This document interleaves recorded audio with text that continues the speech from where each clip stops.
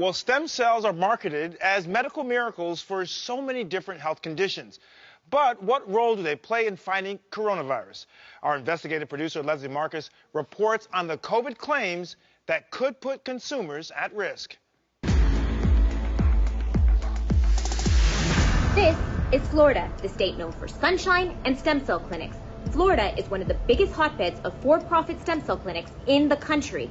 But the pandemic presents a new opportunity, and I want to see if stem cell clinics are trying to cash in on patients' COVID fears. I found a number of wellness clinics in Florida that offered to treat me with stem cells for COVID-19. Hi, I'm looking for stem cells to help prevent COVID-19. Do you offer anything like that? Place after place I called and visited told me they could treat me for a hefty price, not hundreds, but thousands of dollars for one stem cell IV infusion. I just left another stem cell clinic that told me they could help me prevent COVID-19 by taking fat from my abdomen, extracting the stem cells, and injecting them back into me for $6,500. A new stem cell trend I came across during my investigation, exosomes, which were sold to me as powerful messengers that are extracted from stem cells and are able to heal and protect the body through a single IV infusion. It all seemed too good to be true. I just left an appointment and I was quoted nearly $5,000 for an injection of exosomes, a cocktail of vitamins, and all of this was supposed to prevent against COVID. My investigation also led me to Dr. Flanagan's practice, where I initially inquired about stem cells for COVID, but instead he offered to blow the lid off the whole industry. So while in town, Dr. Flanagan, I had a number of different clinics offer to treat me with stem cells or exosomes to help prevent COVID. What are your thoughts on that? Well, I think that's very concerning. There's no evidence that for-profit clinics should be charging people for stem cell treatments to treat or prevent COVID. I know there's people around the country that are preying on the fears of COVID and charging people for treatments that they shouldn't be. Pretty alarmed if that happened. But these are your colleagues in your city.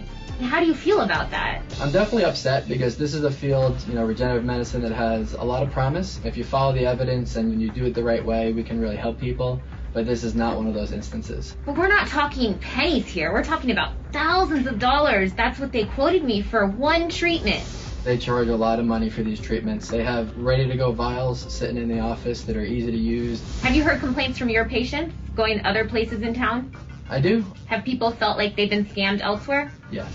They tell me about this treatment that they thought was a stem cell treatment, and when I get more details, I'm convinced that it wasn't. More often than that, it's birth tissue products, so products from the amnion, the placenta, the cord blood, the Wharton's jelly, and there's been multiple studies now that show those products over and over don't have any live viable stem cells in them, even though they're marketed like they do.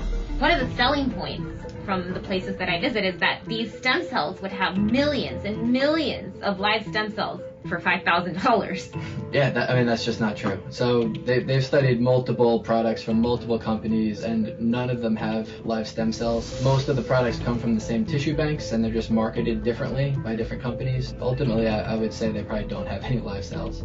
Wow.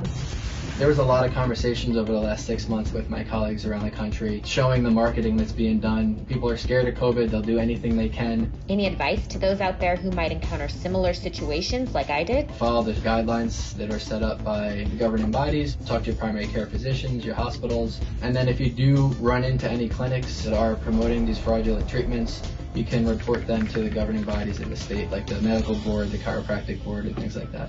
Now, with all of these stem cell COVID claims, how do you separate science from scams?